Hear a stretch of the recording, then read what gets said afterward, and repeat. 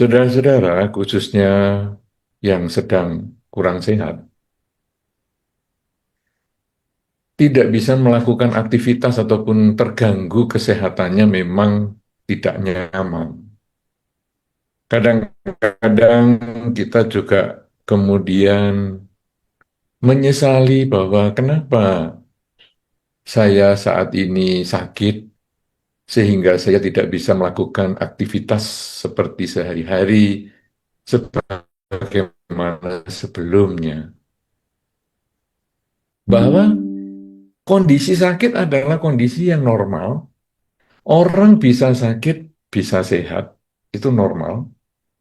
Tetapi menyikapi sakit itu yang berbeda untuk setiap orang. Kalau di dalam Dhamma disampaikan bahwa seseorang boleh sakit secara fisik, tetapi jangan sakit secara mental. Nah, kakek ini sakit secara fisik karena ternyata memang dia harus tinggal di rumah sakit untuk beberapa hari. Tapi dia secara mental sehat karena dia memandang sakitnya itu dari sudut yang berbeda. Orang kadang menderita karena dia selalu berpikir hal-hal yang dia sudah tidak miliki lagi. Jadi ketika sakit, kemudian dia tidak memiliki kesempatan untuk berkarya seperti kehidupan sehari-harinya. Nah, ini yang dia sesali sampai dia menderita sekali dengan pola pikir seperti itu.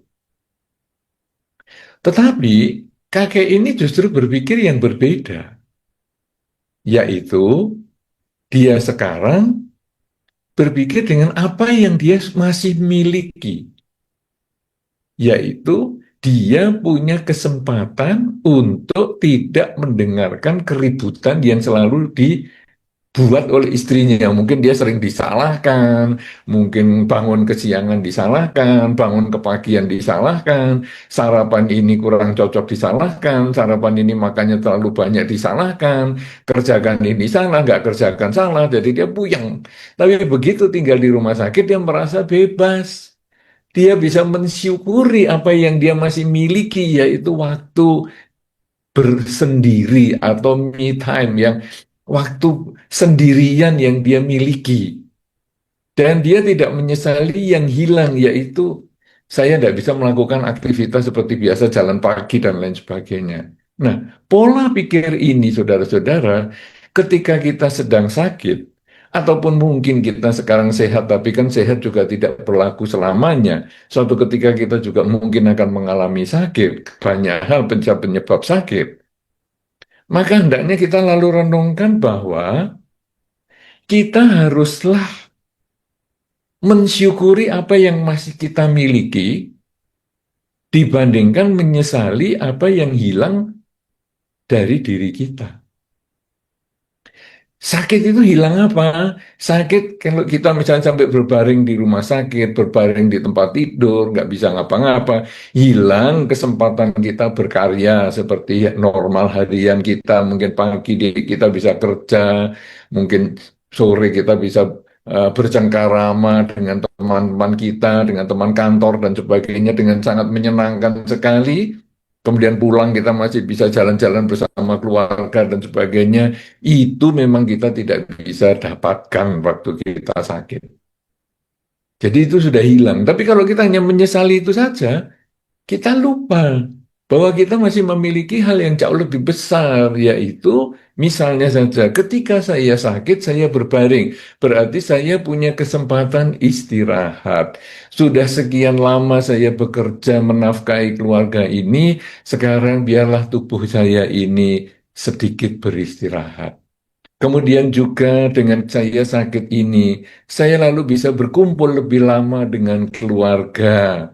Kalau dulu biasanya saya pagi langsung berangkat kerja, kemudian sore baru pulang, kemudian keluarga mungkin sudah pada istirahat atau sudah ada kesibukan yang lain sehingga saya jarang bertemu dengan keluarga dan akhirnya istirahat, pagi lagi begitu lagi, keluarga belum bangun saya sudah mulai kerja dan seterusnya.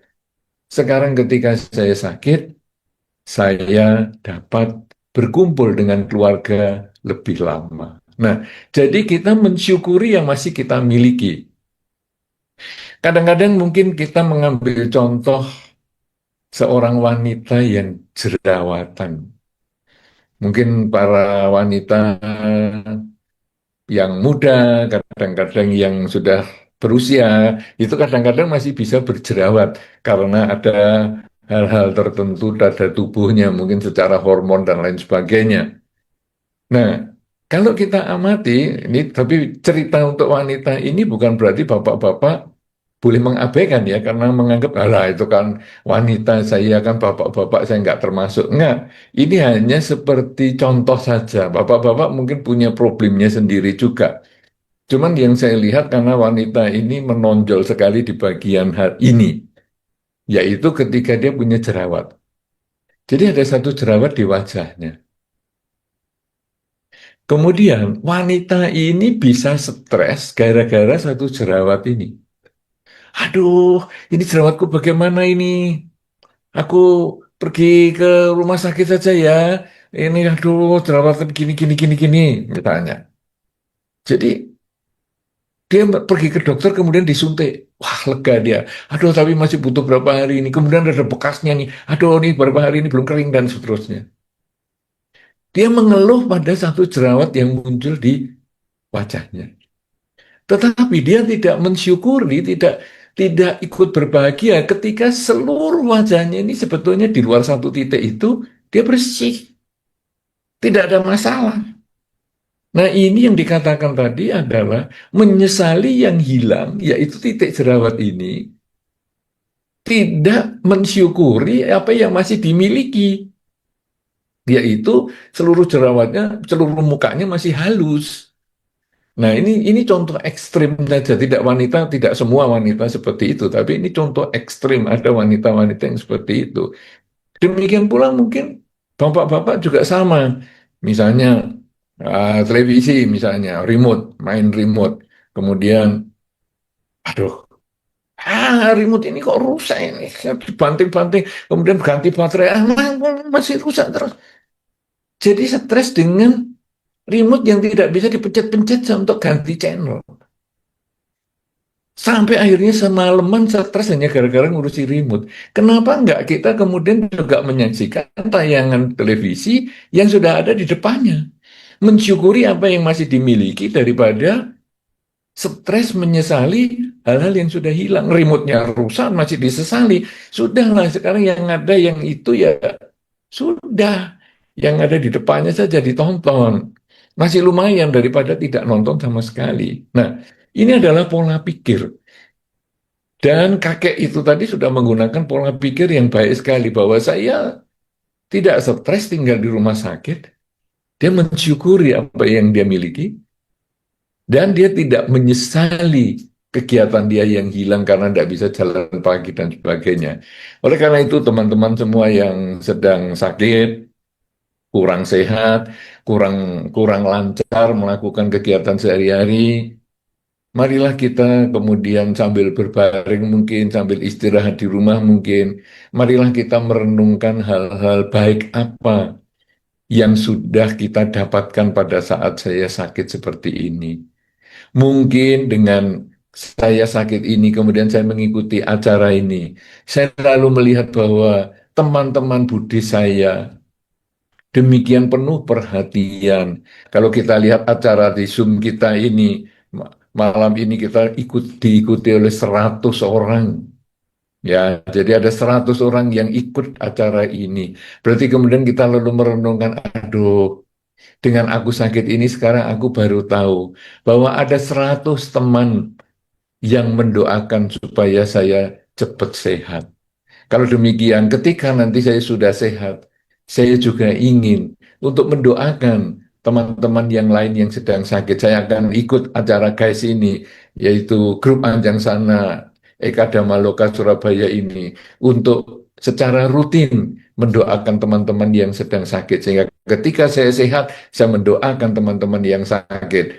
Sedangkan kalau saya sakit, teman-teman saya sudah mendoakan saya. Dengan cara demikian, saudara, kita bisa saling membantu.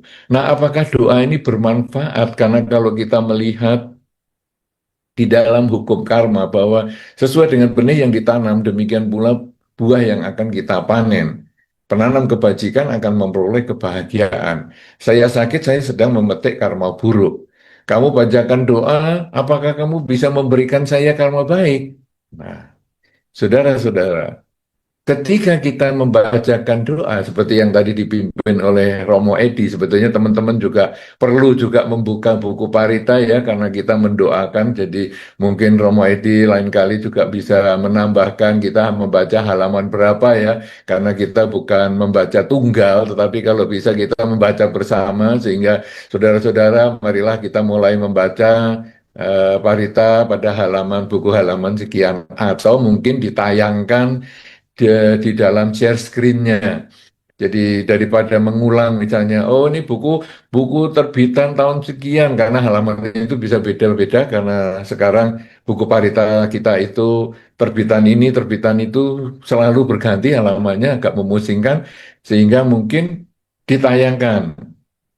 Jadi sebagai share screen-nya adalah misalnya parita yang dibaca itu tadi, misalnya Pak Edi membaca atau Romo Edi membaca yang mana, misalnya Namo Tassa Bhagavato, nah itu juga di share screen-kan sehingga teman-teman yang menghadapi monitornya, baik di laptopnya maupun di televisi maupun di HP, itu bisa ikut membaca bersama, karena orang 100 ini sebaiknya membaca bersama, bukan mas sendirian.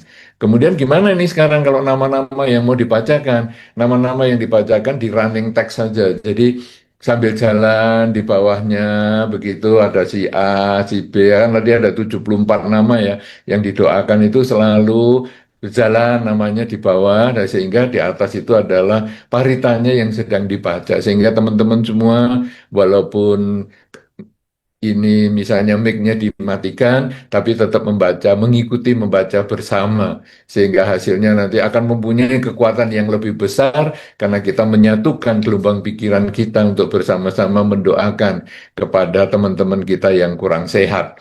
Nah, ketika teman-teman yang kurang sehat ini melihat, 100 orang ini mendoakan bersama ya, dia timbullah rasa bahagia bahwa oh, teman-teman saya penuh perhatian ini. Kalau demikian bagaimana ini? Kemudian rasa bahagia ini adalah karma baik.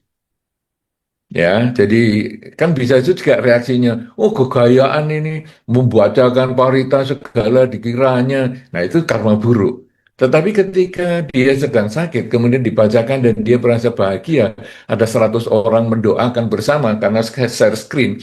Bahkan yang sakit pun 74 orang itu. Kalau mengikuti acara ini karena share screen-nya itu, dia bisa ikut membaca parita juga bersama-sama. Jadi mantap lebihan. Wah, ini kita bersama-sama baca ini 100 orang, bahkan plus 74. Jadi 174 membaca bersama, bukan diem-dieman. Nah, itu akan membangun pikiran positif yang luar biasa.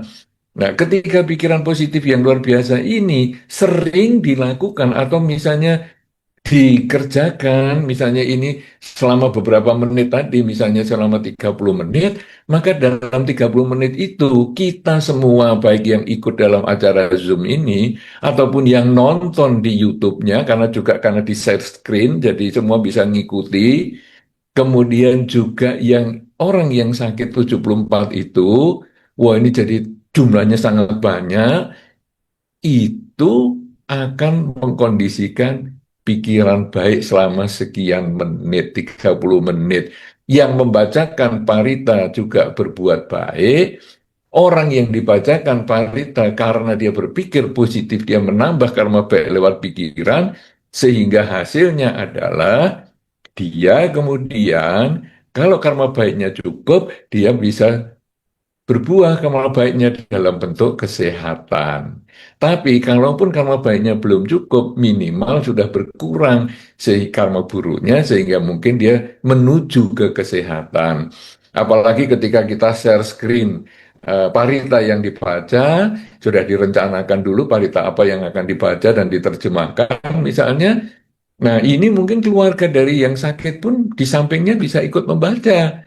Ini menjadi lebih banyak lagi orang yang membaca dan itu pikiran-pikiran yang berkumpul bersama akan mengkondisikan, membuahkan kebahagiaan sebagaimana yang kita harapkan. Oleh karena itu, di masa yang akan datang, mudah-mudahan sistem pembacaan Parita ini diperbaiki, bukan dibaca tunggal oleh pandita, tapi sebaiknya di-share screen Paritanya untuk bisa diikuti oleh semua yang hadir di dalam Zoom ini, di YouTube maupun yang sakit, bahkan keluarga yang sakit juga. Dan namanya ditulis di dalam running text di bawah itu yang jalan terus, sehingga akan memberikan manfaat yang jauh lebih besar dan bisa meningkatkan kesehatan dengan lebih cepat bagi teman-teman kita yang kurang sehat. Mudah-mudahan ini bisa menjadi pengantar kita untuk tanya jawab di dalam kesempatan ini.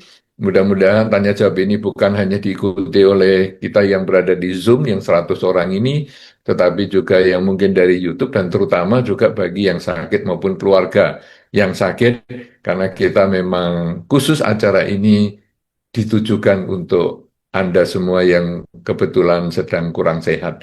Semoga dengan kekuatan kebajikan yang kita lakukan bersama-sama akan mengkondisikan Anda lebih cepat sehat, lebih cepat punya aktivitas, melakukan aktivitas di dalam kehidupan sehari-hari, cepat memperoleh kekuatan, dan cepat memperoleh kebahagiaan untuk Anda maupun seluruh keluarga. Saya kira demikian. Silahkan sekarang Saudara Krishna mungkin untuk memimpin acara tanya jawab kita. Terima kasih. Mau tanya saya salah atau enggak? Apakah ini kekotoran batin? Apakah ini kemelekatan? Dari 2011 tuh saya ingin berjubah. Sampai sekarang saya itu ingin berjubah. Bahkan setiap pelimpahan jasa saya mengkondisikan diri saya semoga segera bisa jadi tetap berjubah. Itu apa kemelekatan atau salah atau bagaimana? Tolong bimbingannya Bante. Makasih. Baik, keinginan untuk berjubah atau menjadi wiharawan wiharawati adalah baik. Nah, keinginan itu tentu tidak berdiri sendiri. Jadi di dalam Dhamma disampaikan bahwa keberhasilan suatu rencana itu membutuhkan keinginan dan juga kesempatan. Jadi, keinginan Anda untuk berjubah itu baik. Tetapi, apakah sejak 2011 sampai hari ini Anda punya kesempatan atau tidak? Kalau tidak punya kesempatan, maka sampai hari ini 2025 pun Anda belum bisa berjubah. Apakah ini kemelekatan? Tidak selalu, karena mungkin saja dari kehidupan sebelumnya Anda sudah punya niat seperti itu. Ya, kalaupun ini kemelekatan yang baik, tetapi kalau kondisinya belum mendukung, tentu tidak bisa. Ya, ada juga orang yang sudah kondisinya baik, tapi keinginannya tidak ada. Misalnya, orang tua yang mungkin sudah mengenal dhamma, kadang-kadang meminta anaknya, ayolah kamu menjadi biku atau menjadi atasilani dan lain sebagainya. Tapi ternyata dia tidak punya keinginan. Maka kalau tidak punya keinginan ya tidak bisa juga. Jadi Anda yang ingin berjubah ataupun Anda yang ingin apapun juga, ingatlah bahwa keinginan saja belum cukup untuk mewujudkan satu harapan. Keinginan itu butuh yang disebut dengan kesempatan. Dan kesempatan itu diperoleh dari kumpulan karma baik yang kita miliki. Karena itu, kalau Anda merasa saya punya keinginan kok belum tercapai ya, apakah Anda ingin berjubah, apakah Anda ingin beli rumah, apakah Anda ingin punya pekerjaan yang tetap, apakah Anda ingin punya pasangan hidup, apakah Anda ingin apa saja ya apa yang Anda inginkan, kalaupun sudah lama tidak bisa Anda capai, Anda harus menambah karma baik yang perlu dilakukan, yaitu dengan pikiran, ucapan, dan perbuatan. Seringlah berpikir yang baik. Misalnya sering mengucapkan dalam batin kalimat semoga semua makhluk bahagia, semoga semua makhluk bahagia. Itu adalah mengkondisikan pikiran yang baik. Kemudian ucapan juga berucaplah ucapan yang baik. Jangan berbohong, jangan memaki, jangan berkata kasar. Ini adalah ucapan-ucapan yang baik. Kemudian juga perilaku yang baik. Lakukanlah hal-hal yang bermanfaat untuk lingkungan, membahagiakan lingkungan. Ya, teman Anda, orang tua Anda, kemudian keluarga Anda dan lain sebagainya, bahkan semua makhluk, cobalah bahagiakan dengan perilaku Anda. Semakin sering Anda melakukan kebajikan dengan badan, ucapan, dan pikiran, maka semakin besar kesempatan Anda untuk mencapai hal-hal yang Anda inginkan. Saya kira demikian uh, jawaban untuk pertanyaan saudara Jenny, dan juga ini dapat berlaku secara umum karena keinginan itu tidak terbatas pada berjubah saja, tapi juga bisa ingin mendapat pekerjaan, ingin mendapat sesuatu barang, ataupun rumah, ataupun apa. Selain keinginan, lakukanlah kebajikan untuk membuka kesempatan Anda. Saya kira Permisi demikian. Bante, Terima kasih. permisi, Ada lagi? permisi Bante. Iya, kalau setelah melakukan kebajikan saya melimpahkan jasa, terus saya kondisikan semoga saya bisa menjadi ini berjubah tetap itu apa diizinkan Bante atau salah salah salah konsep.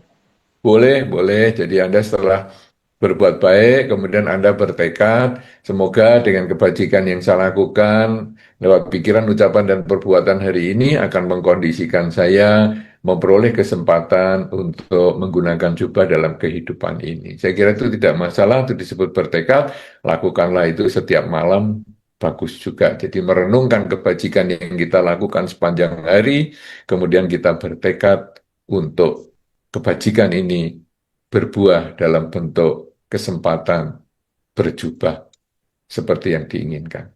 Saya kira demikian. Terima kasih. Terima kasih Bante. Baik, silakan Saudara Krishna. Baik, terima kasih. Selanjutnya, bagi Bapak, Ibu, Saudara sekalian yang ingin bertanya, bisa menyebutkan nama dan asal kotanya terlebih dahulu. Selanjutnya, dari Zoom lagi, silakan kepada Saudari Hilda, bisa bertanya kepada Yang Mulia Bante. Selamat malam Bante, semuanya selamat malam. Eh, saya minta tolong pandangannya Bante, semisal untuk kasus kita mungkin sedang merawat anggota keluarga, misal nenek gitu, dia sekarat eh, koma gitu Bante. Terus kita kan mungkin nggak tega, apa yang bisa kita lakuin supaya emak ini cepet sembuh, ada kemajuan gitu. Terus misal kita, aduh, dia ini sadar apa enggak tahu. Terus misalnya kita ajak, Mak, berbagi ya, misalnya bagi kasih ke petugas apa cleaning service apa suster gitu. Sementara pasien ini kan dia nggak sadar Bante. Lah, itu tuh sebenarnya tuh seberapa besar sih dampaknya bagi pasien itu? Apa cuman itu untuk di kitanya aja ada manfaatnya gitu Bante? Terima kasih. Baik, terima kasih atas pertanyaannya. Ini bagus sekali. Kita kadang-kadang menganggap orang yang sedang koma itu adalah kayu yang tidak ada reaksi. Orang yang sedang koma dalam banyak kesempatan sebetulnya dia itu bisa mendengar. Karena itu kalau kita kemudian ngomong yang nggak enak di sekitarnya, misalnya, loh ini keluarga kita yang sedang koma ini, kok kok kok komanya sampai lama sekali yang repoti, itu dia bisa keluar air mata.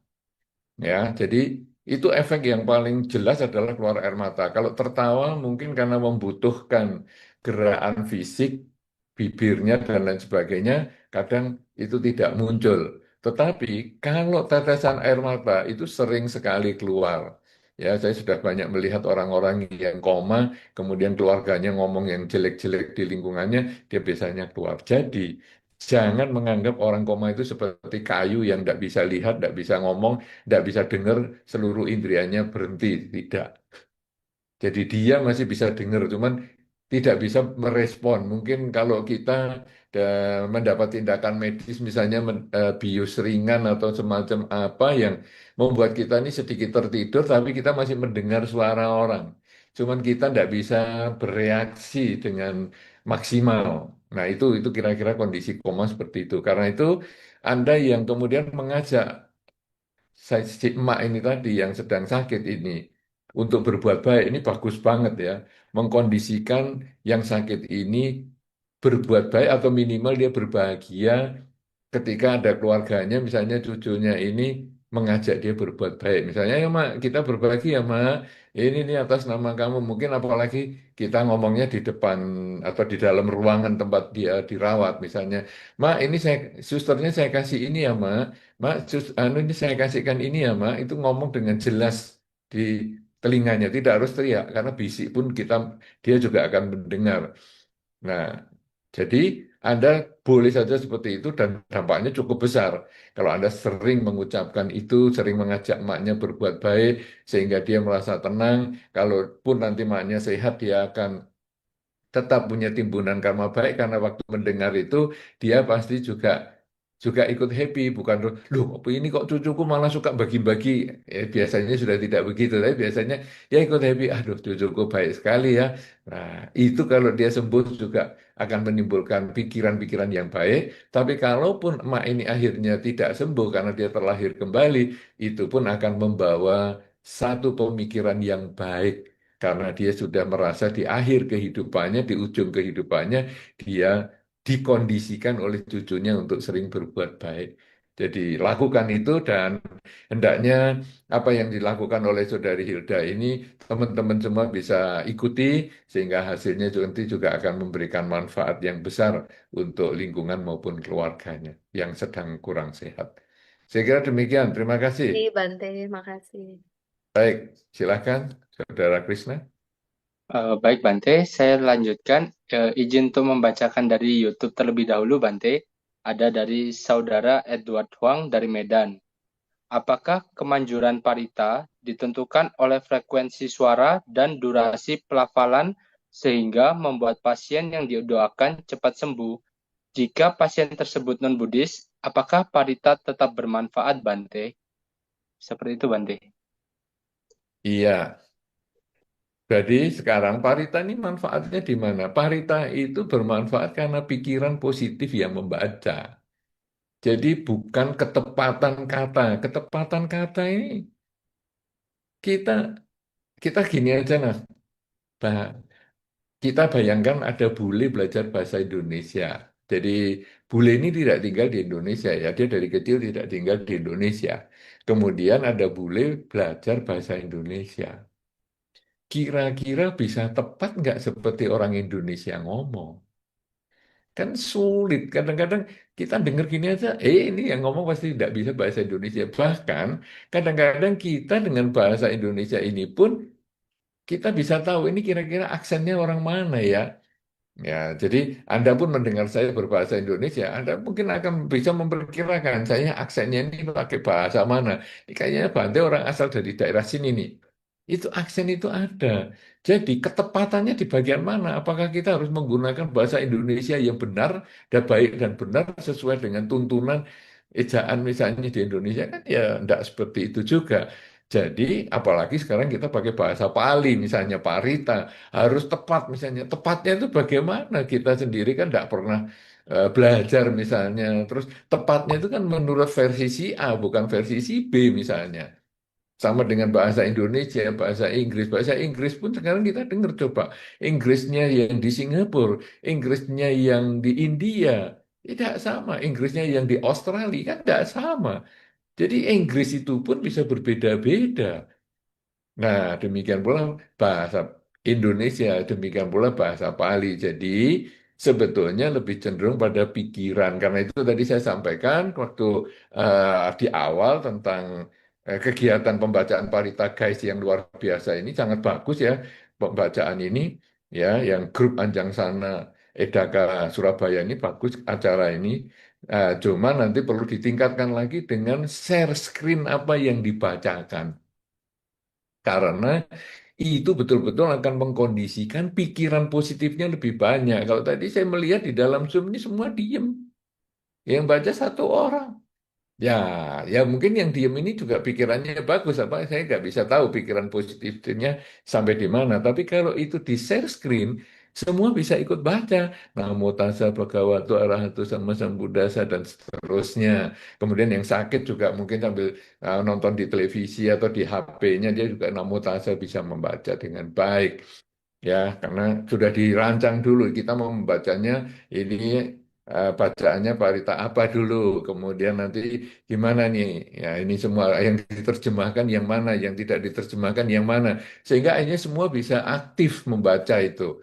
Nah, itu mengumpulkan pikiran positif, sehingga mempunyai dampak yang jauh lebih besar.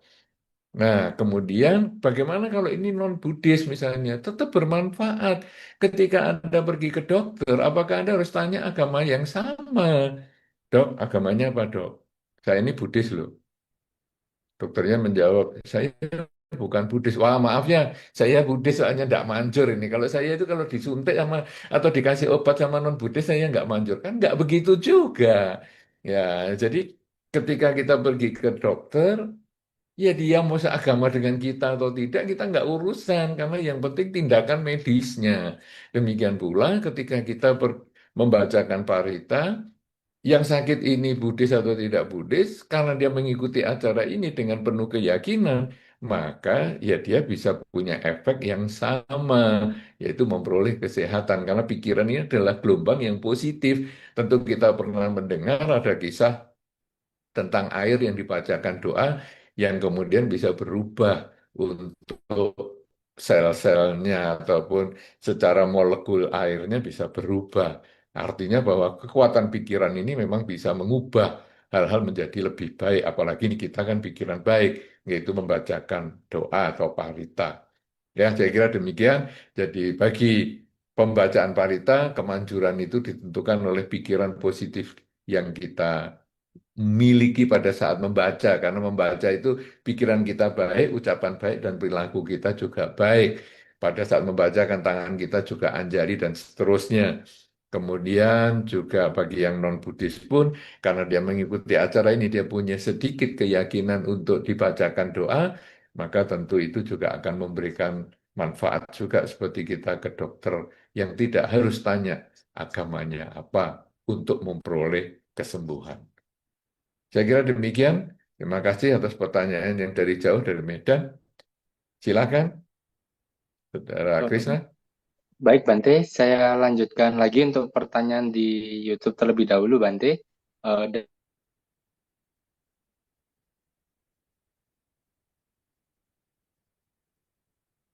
Silakan. Saya tidak mendengar apa putus ini.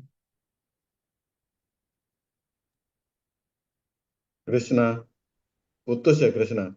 Oh, Krisnanya putus. Tidak, orangnya masih gerak-gerak. apakah sudah bersuara? Maaf, Bante. Sudah. Coba Oh, ada tadi tentang bacakan ulang, YouTube ya. Bante. Dari Desi Widya, dari Pekalongan.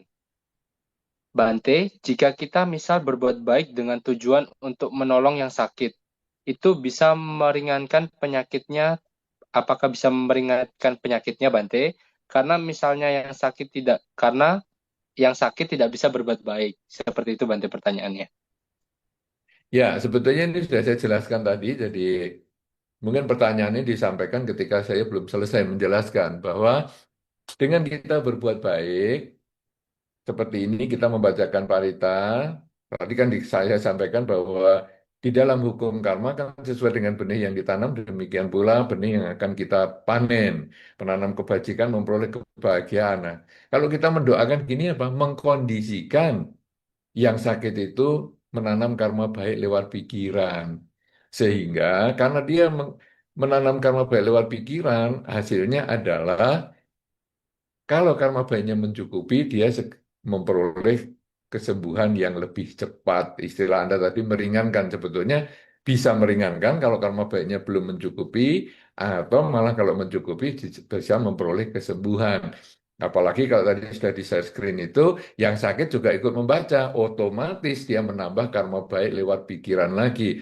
Kemudian mungkin ada keluarganya di sampingnya juga ikut membaca, wah dia lebih happy lagi karena keluarganya di sampingnya, di samping kasurnya ini juga membaca, otomatis dia tambah bahagia sehingga dia bertambah punya pikiran-pikiran yang baik dan kumpulan seperti ini akan mengkondisikan karma baiknya dia lebih banyak lewat pikiran, ucapan, dan perbuatan sehingga dapat sangat membantu untuk mengurangi kondisi sakitnya ataupun mempercepat untuk memperoleh kesembuhan dan kekuatannya. Karena itu tadi saya sampaikan bahwa kegiatan pembacaan parita untuk orang sakit dari GAIS ini, ya, grup Anjang Sana Edaka Surabaya ini sangat bagus sekali dan ini perlu terus dilakukan secara rutin karena ini sangat-sangat memberikan bantuan untuk mereka-mereka yang sedang kurang sehat.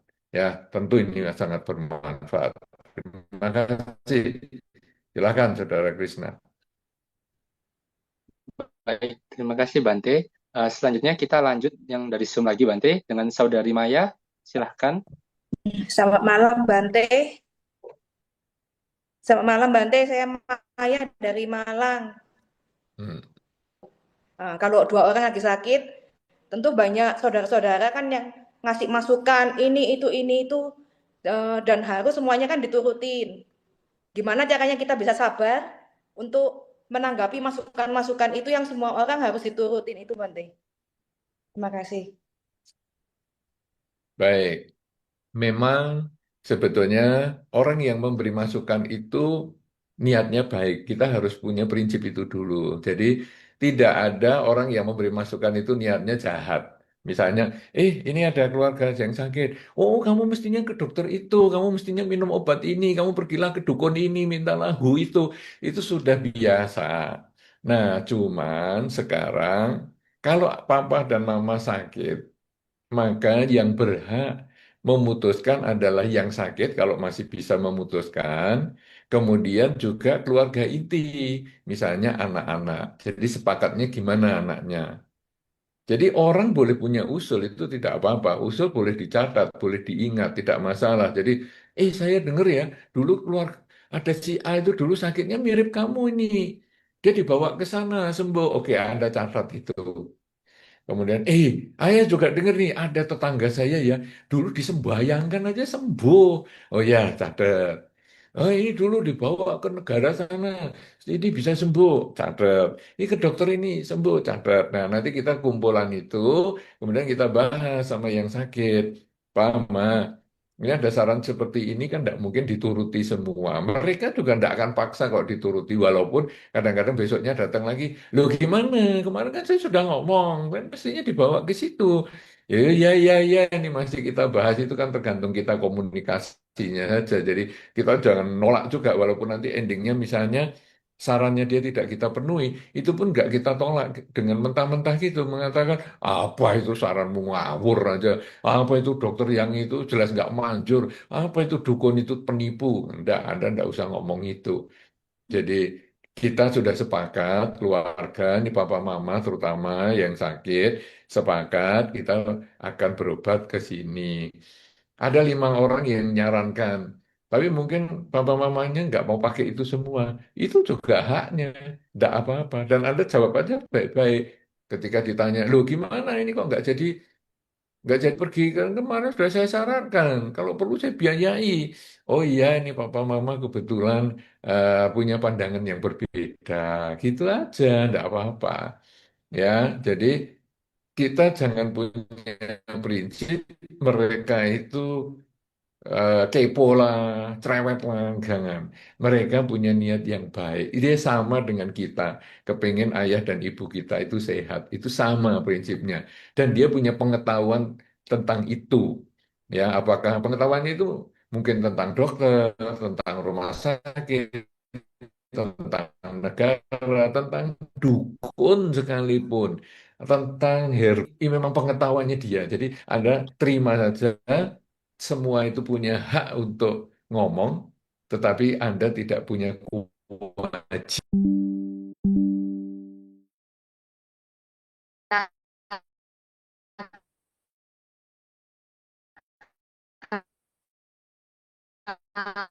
eh, Bante juga gitu ada paket obat-obatan kan mungkin Bante juga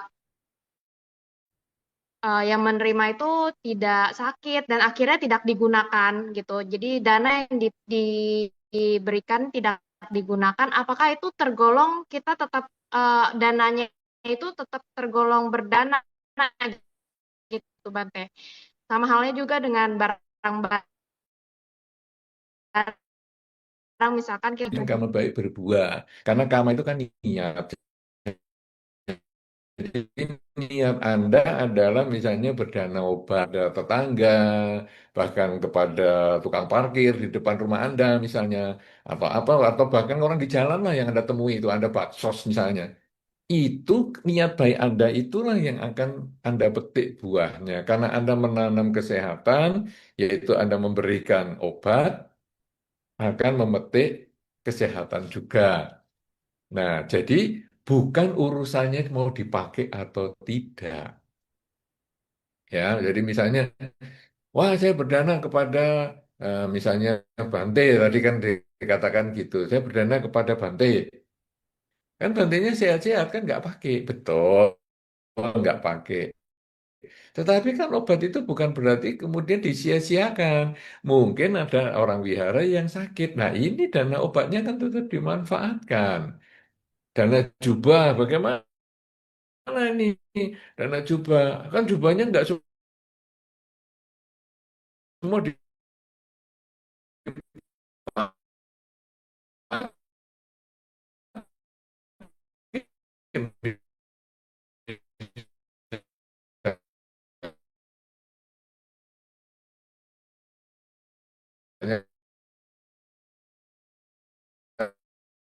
Apalagi Katina.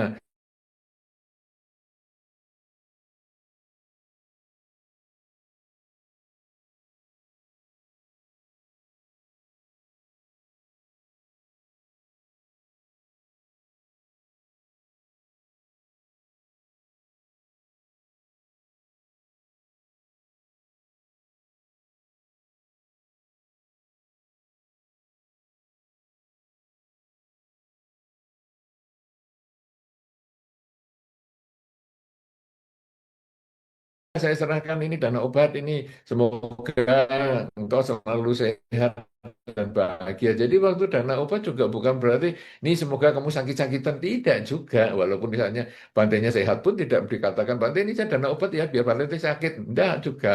Ya kan kita lalu berdana obat, semoga Bante selalu sehat. Nah, kan obatnya nggak kepake, ya tetap kepake karena akan bisa diberikan orang lain. Nah, jadi pada waktu menyerahkan pun harus punya pikiran yang positif. Kemudian selesai menyerahkan juga harus punya pikiran yang positif. Misalnya bantainya kemudian dikasihkan orang lain. Misalnya, oh iya ini kebetulan anak Wiara ada yang sakit ini. Kebetulan nih pas, aduh Bante jangan Bante, itu obatnya saya beli mahal banget itu. Oh saya dulu dari luar negeri ini saya dapatnya susah loh Bante. Ya tidak gitu juga kan dana obat. Ya sudah diletakkan, sudah diterima kan menjadi milik bantenya lah sudah ini kemudian mau diserahkan kemana itu juga hak bantenya. Nah jadi kita harus mempunyai pikiran yang baik sebelum menyerahkan persiapan pada saat menyerahkan dan setelah menyerahkan dana selalulah punya pikiran yang baik maka dana itu akan mempunyai pengaruh yang besar untuk si donatur. Ya, jadi tidak harus dipakai. Apakah kalau dana peti mati itu harus dipakai juga? Ini sudah dana 10 tahun, kenapa nggak mati-mati? Kamu kan berarti danaku kan nggak laku. Nggak juga. Karena kita sudah berpikir baik pada waktu berdana, itulah yang akan kita petik buahnya. Begitu ya. Jadi jangan dana itu bukan selalu harus kita langsung pakai. Itu kan kalau dana makanan yang misalnya harus dimakan. Misalnya, Bante ini saya dana untuk sarapan pagi, Bante, atau sarapan makan siang. Ya itu memang harus dimakan. Tetapi kalau sekarang itu pun belum tentu. Kalau Anda ke biara, misalnya di Edaka ya, biara Eka Damaloka, wah itu kan kalau dana makan kadang semeja penuh. Kan Bantenya juga nggak nghabiskan. Lah kalau nghabiskan ya nggak mampu lah. Terus Bantenya katakan, lah berarti dana saya kan nggak ada guna. Tidak. Kita pada saat menyerahkan, itu kita sudah punya pikiran baik, ucapan baik, dan perilaku baik.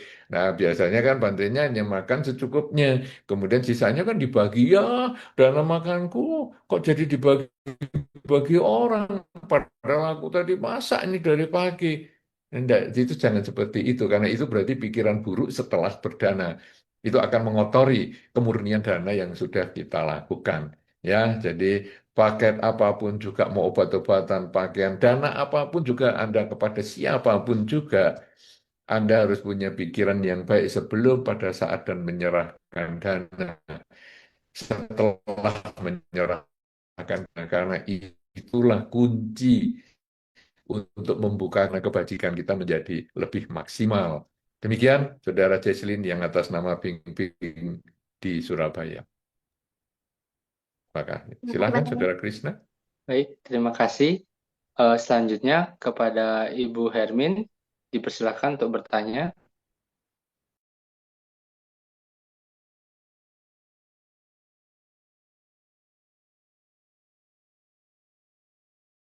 Untuk orang yang sakit fisik, Bante.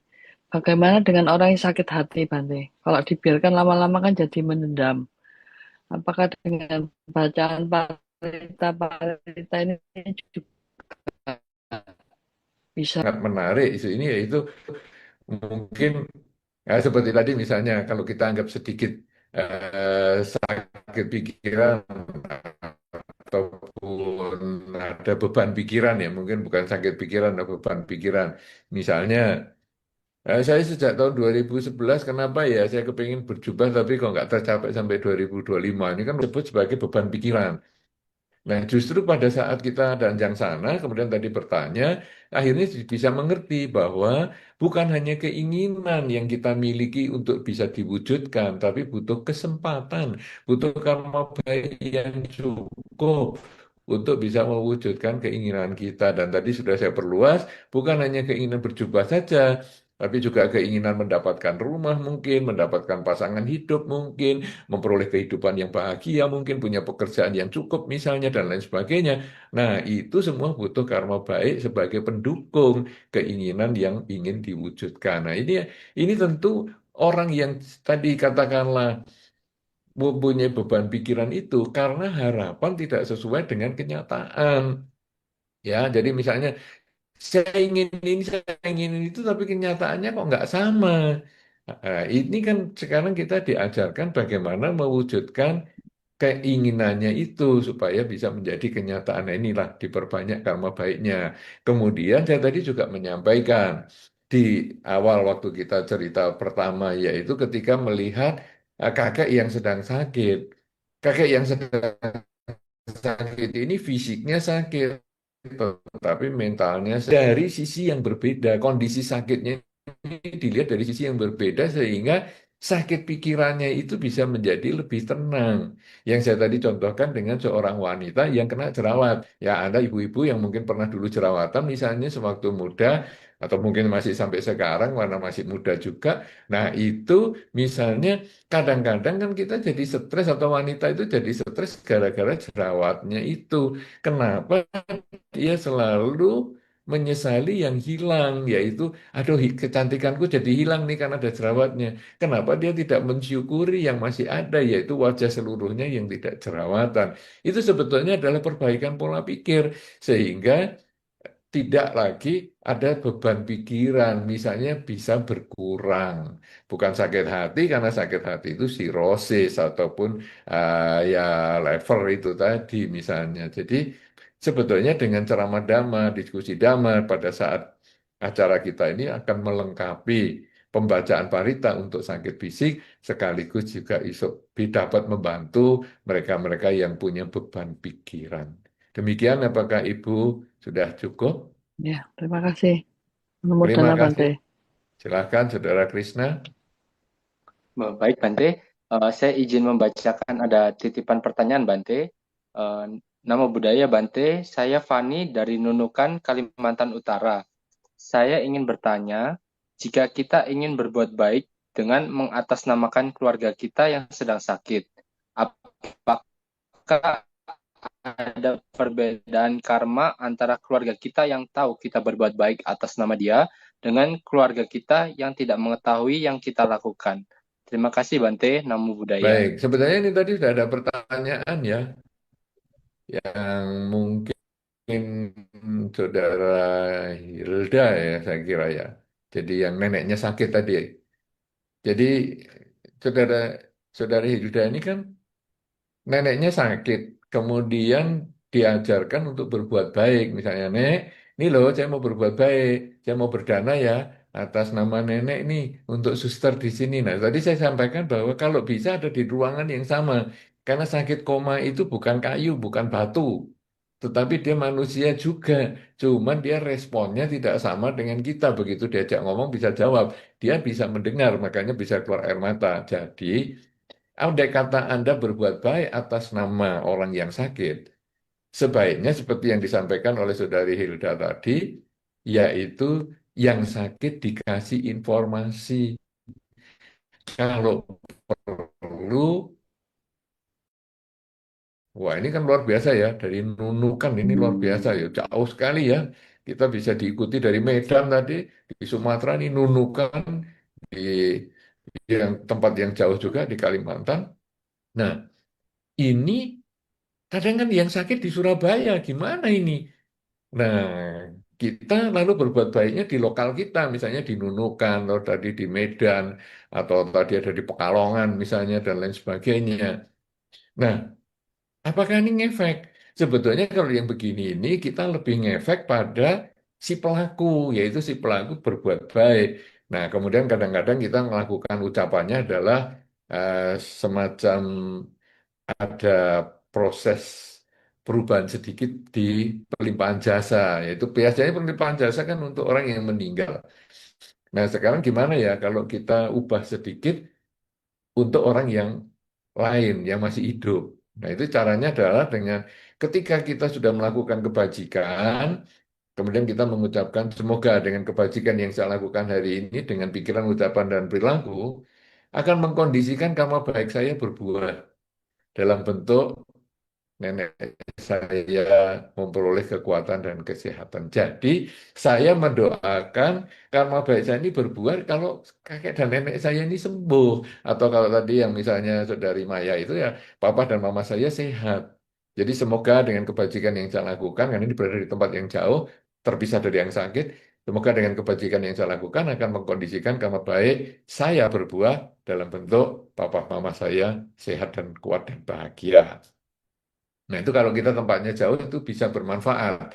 Dengan cara itu, tentu dengan catatan bahwa si sakit punya karma baik yang mendukung. Sehingga ketika karma baik saya berbuah, pas dengan karma baik si sakit, akhirnya si sakit memperoleh kesehatan. Ya, ini yang mungkin bisa saya jawab untuk penanya yang demikian jauh tempatnya, tapi masih setia mengikuti acara ini. Terima kasih.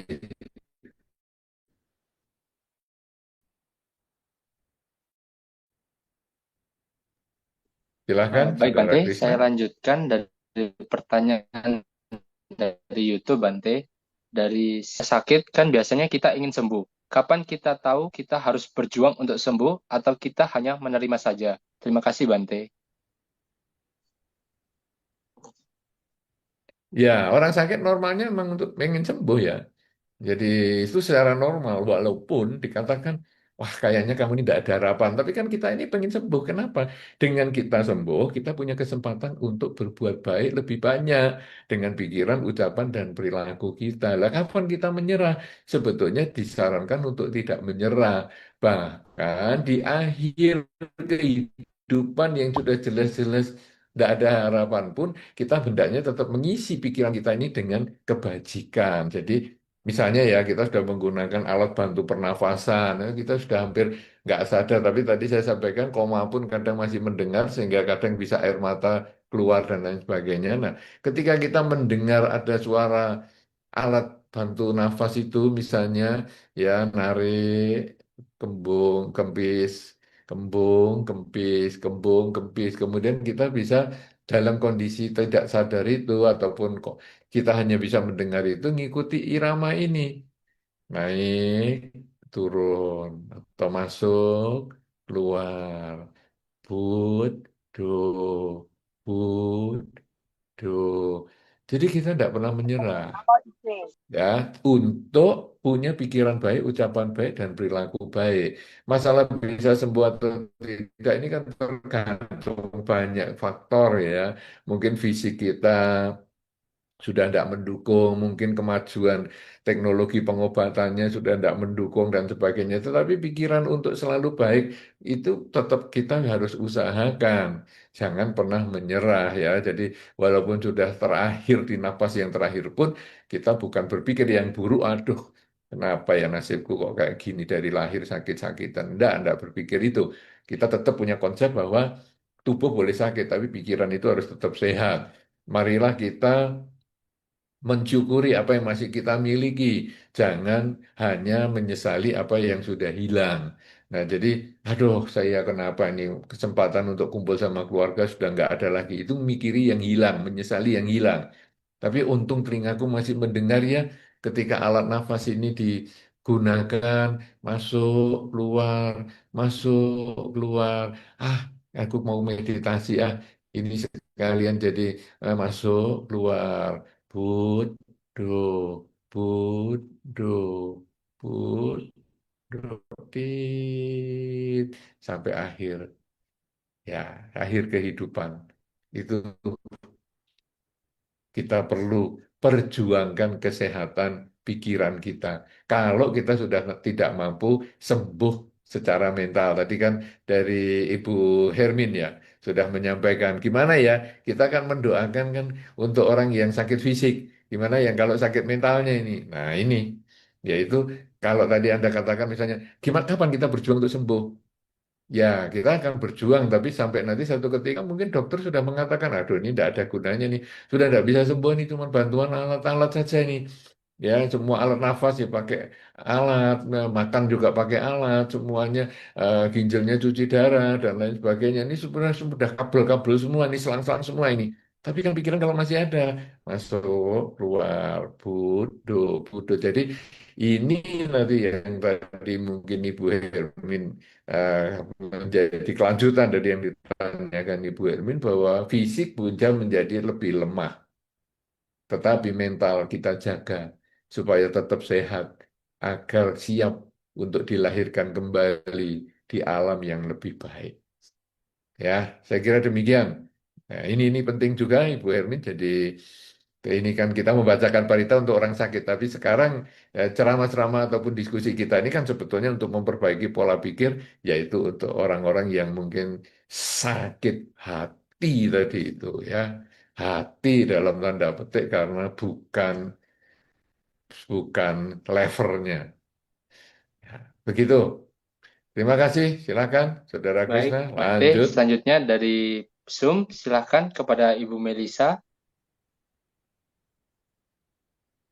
Halo, malam Bante. Silakan. Ya, aku mau nanya ya Bante. Aku udah bilang tadi yang soal udah sakit, kalau memang udah kayak udah pangselan seperti itu ya dok. Bante. Aku mau nanya, gimana cara kita menenangkan batin kita kalau memang kita sudah di ujung kematian yang memang sudah divonis sama dokter, oke, umurnya sudah tinggal beberapa bulan lagi. Itu pasti kita dalam aku itu ya Bante. Gimana caranya kita tenang dan memang tahu, oke, kita udah tahu mau kemana Bante. Terima kasih Bante. Baik. Sebetulnya suaranya agak putus-putus. Saya akan mengulang sedikit pertanyaannya. Anda coba konfirmasi apakah benar apa yang saya tangkap, yaitu bahwa bagaimana ya kita bisa menenangkan batin apabila kita sudah mendapatkan vonis oleh dokter, mungkin umur kita tinggal 2 minggu atau 1 bulan. Itu kira-kira seperti itu ya pertanyaannya, atau ada yang Iya kurang? Bante. Ya? Dan untuk tahu kita ini akan kemana sih Bante kalau meninggal, karena kan kebanyakan orang tuh takut ya Bante ya. Kita akan kemana gitu Bante. Oke, baik. Jadi ada 2 pertanyaan ya. Jadi yang pertama adalah bagaimana menenangkan batin setelah tahu kita akan meninggal, apalagi dokter yang menyampaikan 3 bulan lagi nih, ya. Dan kemudian juga gimana nih setelah meninggal mau kemana ini? Oke, baik. Nah, sebetulnya kita ini memang secara logika kita tahu ya akan mati karena kita hidup dan kita sudah biasa tuh lihat orang meninggal. Jadi si A meninggal, si B meninggal. Itu sudah biasa. Bahkan nanti lama-lama, teman kelas saya meninggal juga. Wow, kalau teman saya sudah mulai meninggal, meninggal, meninggal. wah ini giliran saya nih, lama-lama nih. Karena ini sudah seumuran ini yang meninggal. Apalagi, eh, rasanya dulu geng saya ini orang 5, kok sekarang tinggal saya ya. Wow, ini kita tambah stres. Nah, apalagi kemudian ada periksa dokter.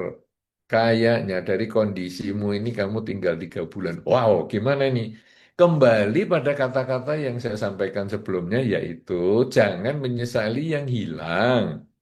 Bersyukurlah pada apa yang masih kita miliki. Nah, ini juga Ibu Melisa ini mungkin pernah jerawatan juga atau sekarang juga masih jerawatan karena masih muda juga. Nah, apakah Anda juga stres gara-gara satu jerawat, padahal muka Anda yang seluruhnya ini halus? Nah, itu namanya adalah kita nyesel dengan kehilangan kita, tidak mensyukuri kebaikan ataupun hal-hal yang masih kita miliki, padahal itu jauh lebih banyak daripada kehilangan kita. Nah, sekarang misalnya, aduh, saya ini kurang 3 bulan. Kalau begitu, ini kesempatan bagi saya untuk membahagiakan orang-orang yang saya cintai. Nah, ini kan beda. Jadi, aduh, aku kurang 3 bulan. Aduh, kamu bahagiakan aku. Ayo, ayo, ayo, orang-orang yang saya cintai ini, ayo, kamu tinggal sebentar ini membahagiakan saya. Ayo, ayo, cepat.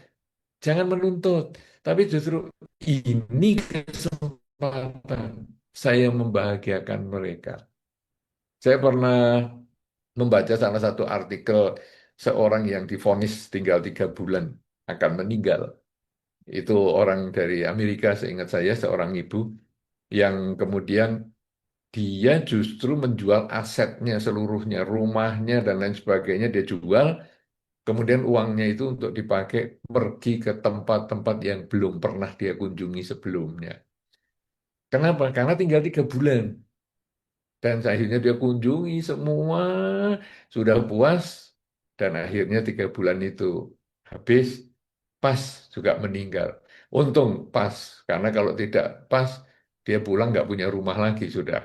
Ya ngontrak dia. Tapi untung dia pas dan meninggal. Dan anaknya itu kemudian menjadikan mamahnya ini, mamahnya yang sudah meninggal ini, karena sesuai dengan warisan yang disampaikan, yaitu dijadikan berlian. Jadi tentu kita sudah mengerti bahwa di luar negeri sekarang kan ada jenazah itu abunya karena mengandung karbon, eh, itu itu juga dibuat berlian.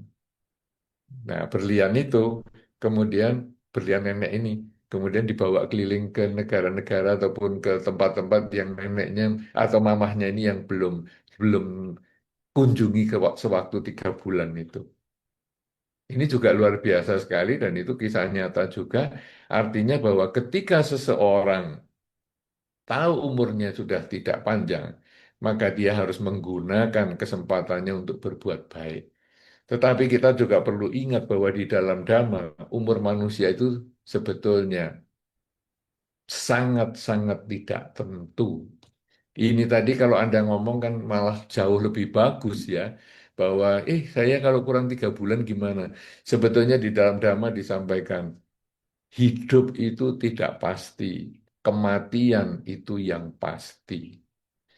Orang yang bisa melihat matahari terbit, belum tentu melihat matahari tenggelam.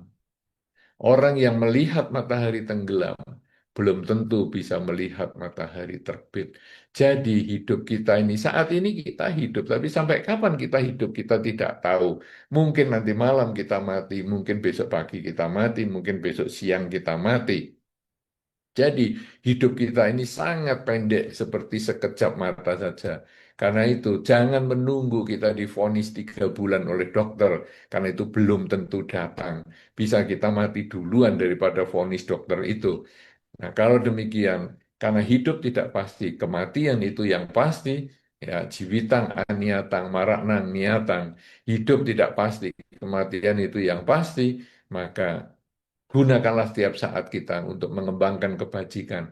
Mumpung kita masih hidup, mumpung kita masih kuat, lakukan kebajikan, lakukan untuk kebahagiaan diri kita maupun semua makhluk lingkungan kita. Sehingga ketika kematian itu datang, kita telah melakukan yang terbaik, meninggalkan hal-hal yang baik kepada keluarga dan lingkungan kita, sehingga mereka satu ketika akan merasa, aduh, kalau nggak ada dia sekarang ini, kok rasanya hidup menjadi sepi ya, karena dia ini orangnya baik sekali. Nah, artinya apa? Kita bisa memanfaatkan hidup kita semaksimal mungkin, sehingga kematian datang kita telah meninggalkan banyak warisan kebajikan kepada lingkungan kita. Jangan tunggu 3 bulan lagi. Dan bagaimana kita bisa tahu setelah kita meninggal di alam mana akan terlahir? Ya tentu dari kebiasaan hidup kita.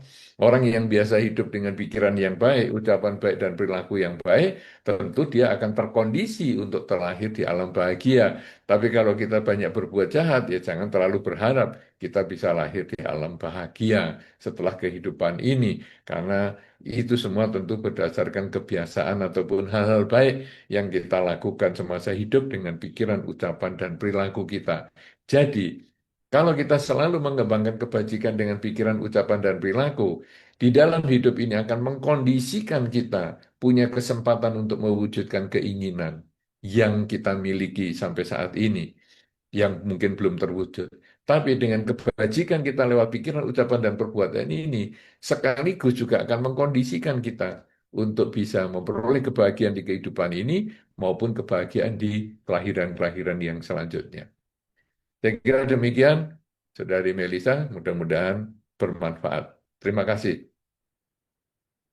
Silahkan, Saudara Krishna, apakah sudah cukup karena mungkin waktunya atau masih ada 1-2 lagi? Mungkin satu pertanyaan terakhir, Bante. Ada dari Ramane Seli bertanya di chat, Bante. Wandami Bante, mau tanya, bila seorang baru meninggal, dikatakan kesadarannya masih ada. Apakah yang bersangkutan bisa mendengar apa yang kita ucapkan? Terima kasih, Bante. Kalau di dalam Dhamma, orang yang meninggal itu sudah tidak bisa mendengarkan lagi apa yang disampaikan oleh keluarga, kecuali dia sudah terlahir sebagai makhluk yang ada di sekitar keluarganya. Kenapa? Karena mungkin tadi pertanyaannya seperti Saudari Melisa atau Ibu Melisa barusan. Jadi ketika ada orang yang meninggal, kemana dia akan terlahir? Nah, itu kan tadi saya sampaikan tergantung kebiasaan, terutama tergantung kebiasaan ya. Nanti banyak sebetulnya prosedur yang harus dilakukan pada saat orang sebelum meninggal. Tapi umumnya misalnya kebiasaan. Nah, ketika dia kebiasaan kepikiran anaknya misalnya, aduh anakku ini biasanya aku yang antar sekolah, kemudian juga jemput, kemudian ngantar les dan lain sebagainya. Nah, ketika dia meninggal dengan pikiran tentang anaknya itu, maka dia lahir sebagai keluar sebagai makhluk yang berada di sekitar anaknya, sebagai istilahnya guardian angel atau kuicin atau seperti ya, penjaganya. Nah, kemudian ketika anaknya ini ngomong kepada jenazah itu, sebetulnya dia tidak bisa mendengar namanya jenazah kalau orang sudah meninggal ya sudah tidak bisa ngapa-ngapa. Ya, tetapi makhluk yang di sekitarnya ini karena jenazah tadi sudah melekat sama anaknya, maka dia sebagai makhluk yang berada di sekitar anaknya, itu yang mendengar, itu yang melihat anaknya kok nangis ini kenapa? Yo, kasihan ini, terus kemudian ngasih mimpi dan sebagainya. Karena di dalam Dhamma, orang yang meninggal akan otomatis langsung terlahir kembali di alam yang sesuai. Itu sama dengan kita melewati sebuah pintu dari satu ruangan menuju ke ruangan yang lain. Jadi proses meninggal itu adalah seperti di pintu itu. Jadi kita keluar dari ruangan ini lewat pintu otomatis akan masuk ke ruangan sebelah. Jadi tidak berhenti di tengah pintu. Ya, kita di dalam Dhamma khususnya yang dari aliran India atau Theravada, kita meyakini sesuai dengan teks-teks yang dimiliki ya, ataupun yang ada adalah ketika seseorang meninggal akan otomatis lahir di alam yang lain selama dia belum mencapai kesucian. Nah, jadi kalau dia berbicara kepada mendiang ataupun kepada jenazah, kalau ini mendiangnya ini sudah lahir di alam bahagia, dia tidak akan mendengar apapun juga karena sudah terlahir jauh dari keluarganya. Tetapi ketika dia lahir di lingkungan keluarganya karena kemelekatan pikiran pada keluarganya, maka itulah makhluk yang bisa mendengarkan dan mungkin memberikan tanda-tanda misalnya dengan mimpi, dengan suara-suara dan sebagainya kepada keluarganya, menunjukkan bahwa ini loh, aku masih ada di sekitarmu. Saya kira demikian, mudah-mudahan diskusi kita dalam kesempatan ini sangat bermanfaat untuk meningkatkan pemahaman kita kepada Buddha Dhamma dan sekaligus juga untuk membangun semangat kita kepada mereka ataupun teman-teman kita yang kurang sehat. Semoga Anda semua dengan kebajikan yang kita lakukan bersama dengan Anda tentunya akan mengkondisikan kamu baik Anda berbuah dalam bentuk kesehatan dan kekuatan sehingga tidak lama lagi Anda punya kesempatan untuk lebih melakukan aktivitas sehari-hari seperti biasa dan berkumpul dengan keluarga Anda, bergiat-giat bahagia bersama dengan keluarga Anda. Saya kira demikian, terima kasih, dan saya kembalikan kepada Saudara Krishna. Silahkan.